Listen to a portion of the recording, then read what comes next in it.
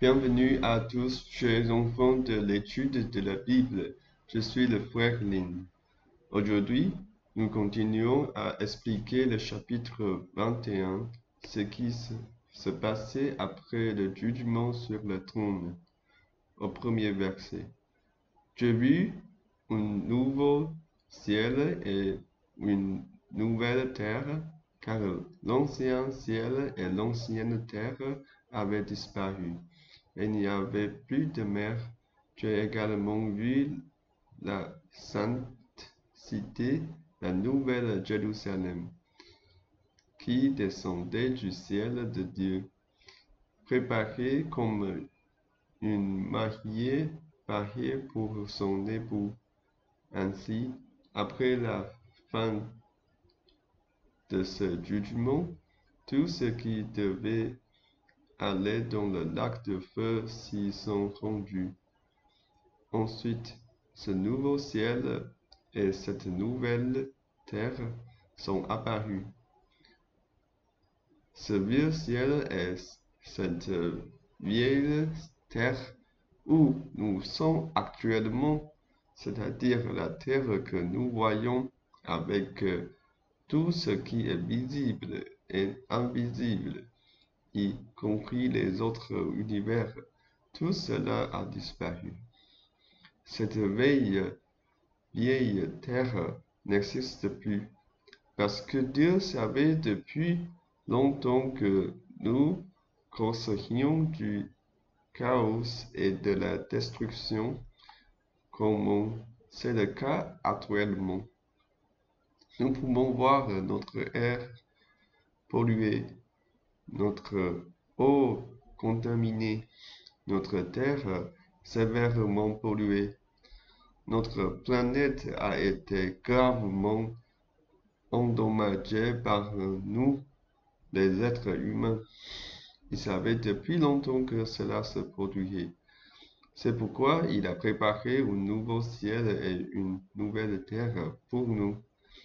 Il a laissé disparaître ce vieux ciel et cette vieille terre, et il nous donnera un nouveau ciel et une nouvelle terre. Donc, beaucoup d'entre nous sur cette terre, nous voulons gagner plus d'argent, posséder plus de biens immobiliers, etc. Et finalement, toutes ces choses sur terre disparaîtront. Si nos pensées sont toutes tournées vers cela, nous manquerons la vie éternelle, ce qui serait dommage. Nous devions plutôt consacrer du temps à la parole de Dieu dans la Bible. Les choses de cette terre, les affaires de cette terre finiront toutes par passer. Oui, car le ciel et la terre que nous avons actuellement finiront par disparaître, comme cela a été mentionné ici. Cette sainte cité, la nouvelle Jérusalem, où est elle? Elle descend de Dieu du ciel. C'est la sainte cité qui vient de Dieu. La nouvelle Jérusalem est déjà préparée en attente de son époux. Cette sainte cité, la nouvelle Jérusalem, c'est ce que nous espérons entrer, parce qu'elle vient de Dieu. Elle est éternelle. Et tout ce que nous possédons disparaîtra finalement, avec l'ancien ciel et la terre. Les richesses accumulées disparaîtront également. Seigneur, permets-nous de choisir ce qui est vraiment bon, de choisir ce qui est éternel. Les choses temporaires disparaîtront finalement, elles passeront. Dans la troisième verset, j'entends une voix forte venant du trône, disant, voici, Le tabernacle de Dieu est parmi les hommes, et il habitera avec eux, et ils seront son peuple. Et Dieu lui-même sera avec eux, et il essuiera toute larme de leurs yeux, et il n'y aura plus de mort, ni de deuil, ni de cri, ni de douleur, car les premières choses ont disparu. Oui, ici enfin, cette belle espérance en Dieu, l'accomplissement de cela est d'accord que l'attente de Dieu est parmi les hommes. Il va vivre avec les gens, il va résider parmi eux. Oui, il va personnellement vivre avec nous et Dieu va même essuyer toutes nos larmes. Donc, à cause de cela, dans nos vies, il n'y aura plus de mort, de tristesse, de pleurs, de douleur. Tout cela ne sera plus. Nous avons tous vécu beaucoup de décès, de chagrin, de pleurs, de douleurs dans nos vies en raison de ces choses, que ce soit la mort de membres de la famille, de bons amis, de collègues ou de nombreuses difficultés, beaucoup de souffrances et beaucoup de larmes, de tristesse. Mais le Seigneur essuiera surtout toutes nos larmes. En période de grandes catastrophes, il y a même beaucoup de persécutions et il est possible de voir des membres de la famille ou des amis décédés dans de telles circonstances. Pour persévérer dans la parole de Dieu, pour observer les commandements de Dieu, ils peuvent être tués, ils peuvent mourir de faim. Dans cette vie, nous aurons beaucoup de larmes, mais finalement, dans le nouvel ciel et la nouvelle terre, à l'époque où apparaîtra la sainte cité, la nouvelle Jérusalem, dans cette ère éternelle et magnifique, Dieu essuiera toutes nos larmes. Il n'y aura plus de mort, plus de tristesse, plus de douleur. C'est vraiment une bonne nouvelle. C'est le bel endroit que nous aspirons tous à rejoindre. Dans le 5e verset, celui qui est assis sur le trône dit: Voici, je fais toutes choses nouvelles. Et dit, écrit, car ces paroles sont certaines et véritables. L'essentiel est de tout renouveler, tout remplacer par du neuf. L'ancien disparaîtra et le nouveau prendra sa place. Et il affirme que ces paroles sont fiables et véridiques, c'est-à-dire que notre actuel ciel et terre anciens seront finalement remplacés par du neuf. C'est devenu neuf. Le soleil, Mars, la lune, toutes les planètes seront remplacées et n'existeront plus. Ce que nous voyons actuellement, notre galaxie, cet univers n'existera plus. Et même d'autres univers auront disparu. Dieu va tout renouveler. Au verset 26. Il me dit, c'est fait, je suis l'alpha et l'oméga, le commencement et la fin. À celui qui a soif, je donnerai gratuitement à boire de la source de l'eau de la vie Celui qui vaincra possédera ces choses. Je serai son Dieu, et il sera mon fils. Mais pour les lâches, les incrédules, les abominables, les meurtriers, les impudiques, les enchanteurs, les idolâtres et tous les menteurs, leur part sera dans les temps ardents de feu et de soupe, ce qui est la seconde mort. Oui, donc ici, le Seigneur nous donne une promesse tout en nous avertissant sévèrement. Il dit que tout est accompli. Il est le commencement et la fin. Et il va gratuitement nous donner l'eau de la vie de la source. Nous pouvons obtenir cela sans dépenser le moindre argent, car il nous le donne gratuitement. Si nous avons soif et cherchons l'eau de la source de la vie, il nous la donnera. Mais nous devons avoir le désir de recevoir. Nous devons reconnaître notre soif, notre désir pour l'eau de la source de la vie. Ceux qui remportent la victoire posséderont ces bénédictions. Il sera notre Dieu et nous serons ses enfants. Ainsi, nous devons vraiment pouvoir remporter la victoire, pouvoir suivre l'enseignement du Seigneur et nous souvenir de suivre les avertissements dans l'Apocalypse. Tout au long de ce voyage, si nous pouvons nous aligner avec le plan de Dieu, notre vie subira de réels changements au cours du processus. En fait, Dieu affine notre vie à travers ce processus, permettant à notre vie de mûrir.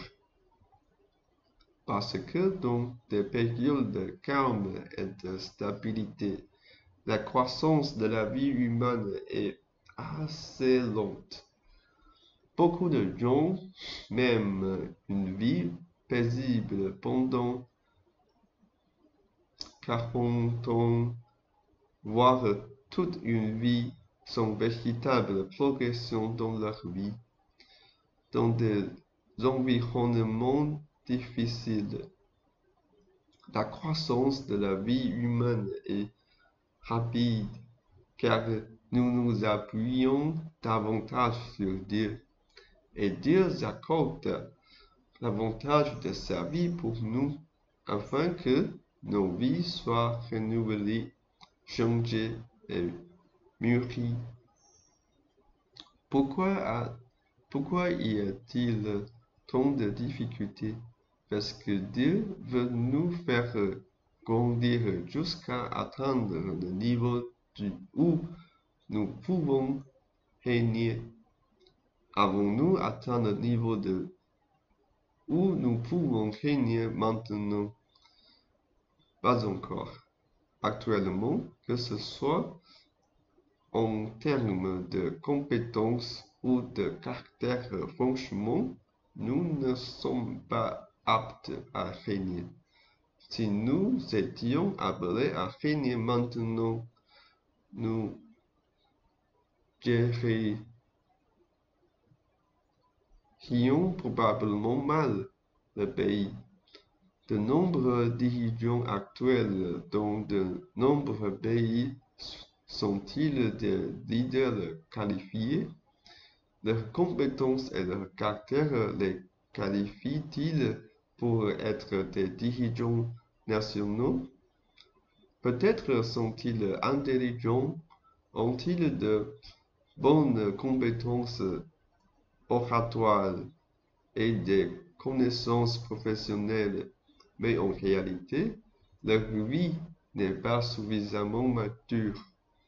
Ils ont encore beaucoup de difficultés, d'ambition, d'orgueil et de préjugés, ce qui peut conduire le pays dans la mauvaise direction. causant des souffrances au peuple. C'est pourquoi nous avons vraiment besoin, et le Seigneur veut aussi nous élever au niveau où nous pouvons régner, où nous pouvons gouverner le monde avec Jésus et guider l'humanité dans la bonne direction. Nous avons besoin d'être élevés et cela doit se produire rapidement. Ainsi, Dieu nous soumet à ces épreuves, à ces catastrophes, car elles sont nécessaires. La Bible dit que nous sommes comme une poterie et Dieu est le potier. Il nous façonne, nous pétrit et nous met dans le four pour cuire. Nous devons être disposés à être pétris, prêts à être cuits pour devenir des récipients utiles, pour être formés comme une poterie, pour devenir ce qu'il veut que nous soyons, car il veut nous utiliser. Si nous ne sommes pas disposés à être pétris, à être cuits, nous ne pouvons pas devenir des récipients utiles pour lui. Cependant, dans le processus de pétrissage, dans le processus de cuisson, cela peut être inconfortable, cela peut être difficile. Mais de telles difficultés sont nécessaires pour devenir un récipient mature. Ainsi, louons Dieu. Ces épreuves ne sont pas destinées à nous tourmenter, mais sont nécessaires. Lorsque nous réalisons que cela est nécessaire pour la maturité et la croissance de notre vie, nous ne pouvons que remercier profondément Dieu, car si nous continuons à vivre dans la tranquillité de la vie quotidienne, comment pourrions-nous avoir la capacité de gouverner un pays avec lui? Comment pourrions-nous avoir cette capacité? Notre vie est encore si immature. Seigneur, aidez-nous au milieu de toutes les difficultés. Oh, vraiment, transformez-nous, permettez que nous dépendions davantage de toi. Ainsi, nous n'avons ni plainte, ni amertume. Si c'est le cas, pardonnez-nous, je vous prie. Accordez-nous une espérance glorieuse. Placez-la dans nos cœurs, afin que nous puissions rester fermement attachés à vous au milieu de toutes les souffrances. Guidez-nous personnellement pour triompher à chaque épreuve, pour témoigner de notre foi avec notre vie. Il est mentionné ici que pour les timides, les incroyants, les abominables, les meurtriers, ceux qui pratiquent la sorcellerie, les idolâtres et tous les menteurs, leur part sera dans le lac de feu brûlant de soufre. C'est la deuxième mort. Oui, c'est le lac de feu. Si nous continuons à adorer des idoles, à pratiquer la sorcellerie, à vivre dans l'immoralité, à mentir, alors nous sommes dans une situation désespérée. Seigneur, donnez-nous un cœur et un esprit nouveau, alors que la sainte cité, la nouvelle Jérusalem apparaît. Ce lieu béni que Dieu a promis sans tristesse, sans larmes, sans mort, il est là. mais nous ne pouvons pas y entrer. Au lieu de cela, nous risquons d'être jetés dans le lac de feu brûlant de soufre. Il est vraiment important d'être vigilant, surtout lorsqu'il est mentionné ici de l'adoration d'idoles.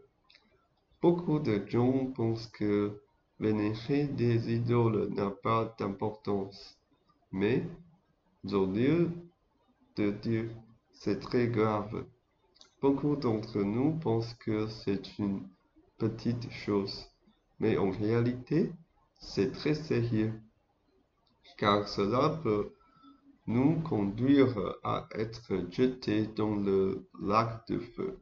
Vraiment, demandons au Seigneur de nous garder de ne pas adorer ces statues, car ces statues ne peuvent pas sauver les gens. Elles sont en bois, en pierre, façonnées de nos propres mains. La Bible a une histoire intéressante à ce sujet, où un homme prend un morceau de bois et le divise en 3 parties. La première partie, il s'en sert comme chaise pour s'asseoir. La deuxième partie, il l'utilise pour faire du feu et cuire du pain. La troisième partie, il sculpte pour ressembler à un homme, puis il s'agenouille devant elle et l'adore en disant que c'est son Dieu. N'est-ce pas étrange? Parce que cette même pièce de bois, n'est-ce pas? C'est simplement un morceau de bois, pas différent des autres, mais il ose s'en servir comme chaise, il ose l'utiliser pour faire du feu. Comment cela pourrait-il être un Dieu? Oseriez-vous mettre un Dieu sur vous comme chaise? Oseriez-vous découper un Dieu pour en faire du pain, pour en faire votre déjeuner ou dîner? Et l'idole qu'il sculpte et en fait la même chose que les 2 autres morceaux de bois. Ainsi, adorer des idoles est un acte inutile, une action très stupide. Mais, plus sévèrement encore, Dieu mentionne ici que ceux qui adorent des idoles seront jetés dans le lac de feu brûlant de soufre. Alors, pourquoi devrions-nous débattre sans fin au sujet de ces idoles, puisque cela est totalement inutile? Nous devrions éliminer cette mauvaise habitude. Prions le Seigneur de nous aider à voir clairement que ces statues ne peuvent pas nous aider, mais qu'elles peuvent au contraire susciter la colère de Dieu et nous conduire dans ce lac de feu brûlant de soufre. Seigneur, aie pitié de nous, ouvre nos yeux pour que nous puissions voir que c'est une erreur grave. Demandons que tu corriges notre peuple taïwanais. Dans le 9e verset, il est dit qu'un des 7 anges tenant les 7 boules pleines de cette dernière plaie a montré à l'auteur la nouvelle Jérusalem, la femme de l'agneau, sous l'influence du Saint-Esprit, L'ange a conduit l'auteur sur une autre montagne pour montrer la sainte cité, Jérusalem, qui descendait du ciel de Dieu. La ville avait la gloire de Dieu. Sa lumière était semblable à une pierre très précieuse, une pierre de jaspe, claire comme du cristal. Elle avait une grande et haute muraille avec 12 portes, gardées pour 12 anges, et portant les noms des 12 tribus d'Israël. Il y avait 3 portées à l'est, 3 portées au nord, 3 portées au sud et 3 portées à l'ouest. La muraille de la ville reposait sur 12 fondations, portant les noms des 12 apôtres de l'agneau. Il me parla et avait une canne d'or pour mesurer la ville, ses portes et sa muraille. La ville était construite en carré, sa longueur égale à sa largeur. Il mesure la ville avec la canne d'or et elle faisait 12 000 stades en longueur, en largeur et en hauteur. Il mesura aussi la muraille. Elle faisait 144 coudées, mesure humaine que l'ange employa. Jean décrit ici sur une haute montagne la vision de la sainte cité, Jérusalem, descendant du ciel. Il mentionne la gloire de Dieu dans cette ville. Les portes, les fondations portant les noms des apôtres, et il fournit également des mesures. Certaines personnes pensent que cette cité n'est pas une cité matérielle réelle, mais plutôt un symbole. Bien sûr, cela est possible, mais John décrit tout cela de manière très détaillée. Si nous continuons à lire, il mentionne que les murs étaient faits de jaspe et la ville était construite en or pur, semblable à du verre pur. Les fondations des remparts sont ornées de diverses pierres précieuses. La première fondation est en jade, la deuxième en saphir, la troisième en agate verte, la quatrième en émeraude, la cinquième en cornaline, la sixième en rubis, la septième en topaze jaune, la huitième en jade azur, la neuvième en grenat rouge, la dixième en jade, la onzième en agate violette, la douzième en améthyste. Les 12 portes sont faites de 12 perles, chaque porte étant une perle. Les rues de la cité sont pavées d'or pur, semblables à du verre transparent. Jean décrit ces fondations comme étant ornées de différentes pierres précieuses. Je pense que, bien que Jean parle de manière très spécifique, il est également possible qu'il ne se réfère pas aux pierres que nous connaissons actuellement, car celles-ci sont créées par Dieu lui-même. Le jade utilisé doit certainement être plus raffiné et plus parfait que le jade que nous possédons actuellement sur Terre, parce que Dieu voulait créer du jade parfait et il en était capable.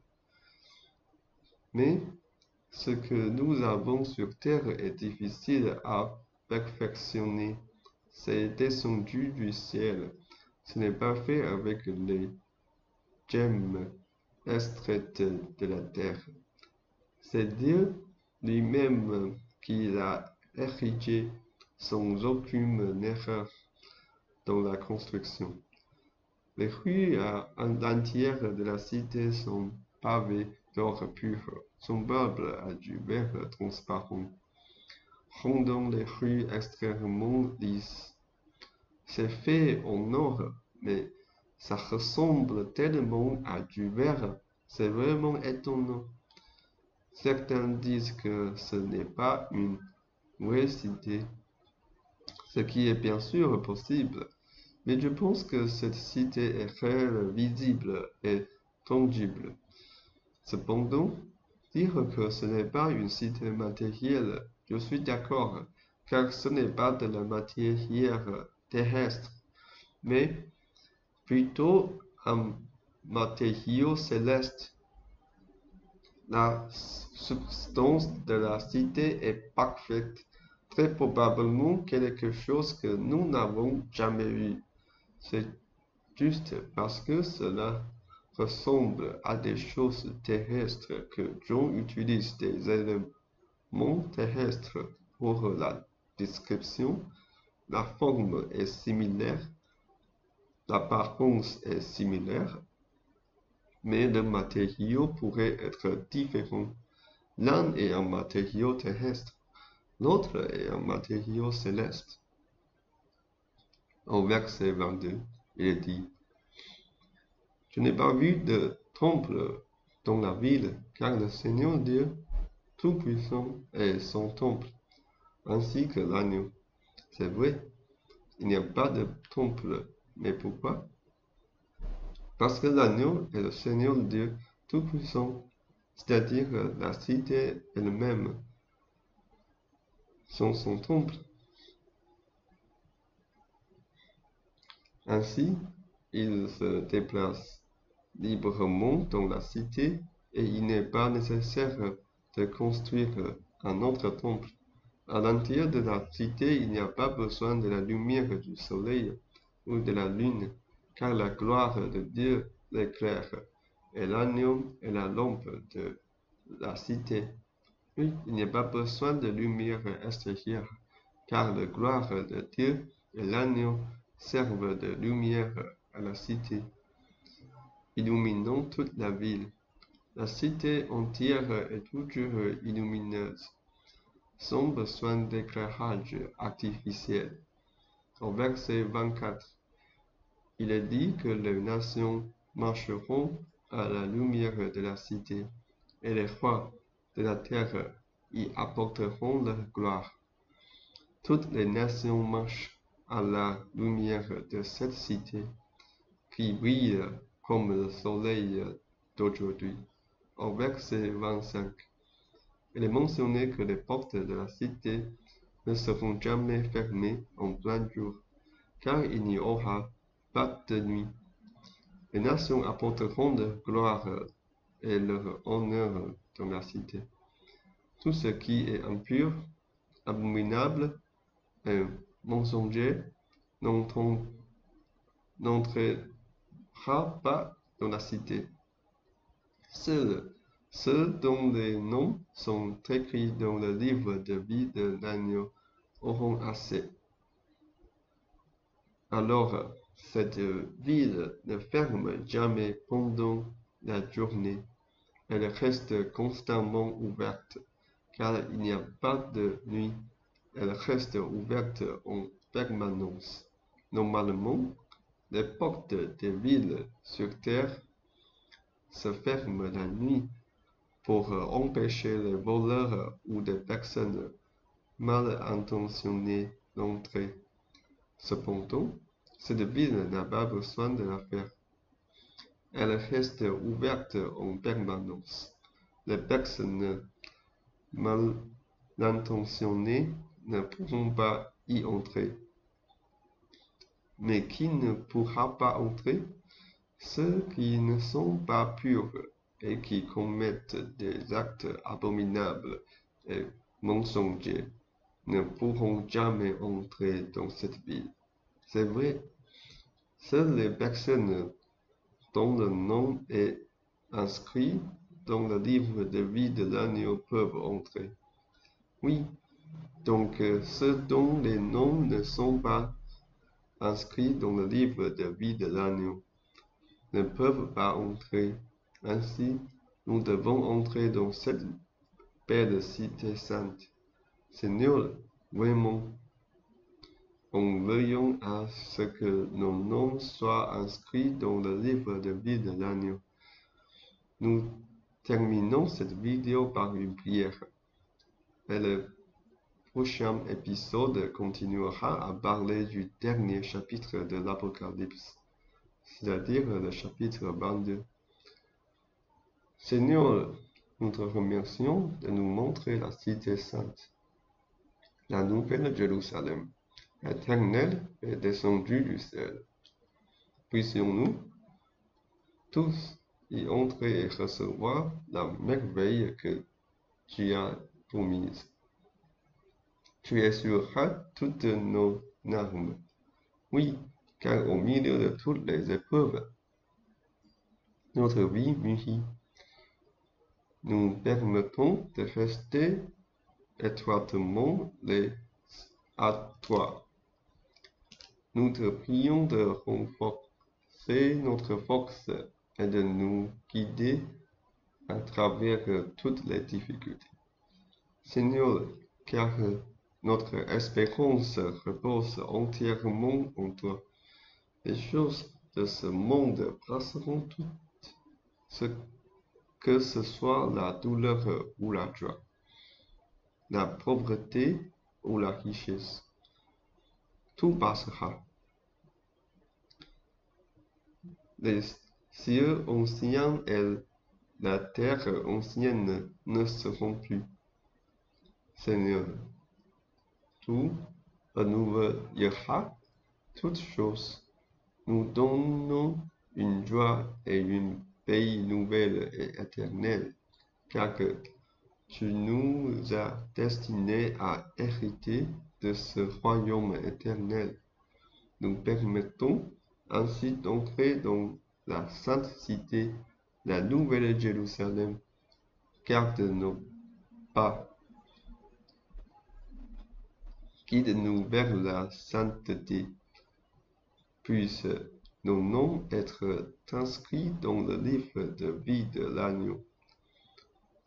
Délivre-nous de toute corruption, de la peur, de l'incrédulité, du culte des idoles, de la pratique de la sorcellerie, de l'impureté du cœur et de l'immoralité. Sanctifie et transforme nos vies, que nous soyons conformes à l'image de ton Fils, notre Seigneur Jésus-Christ. Nous prions au nom de Jésus-Christ. Amen.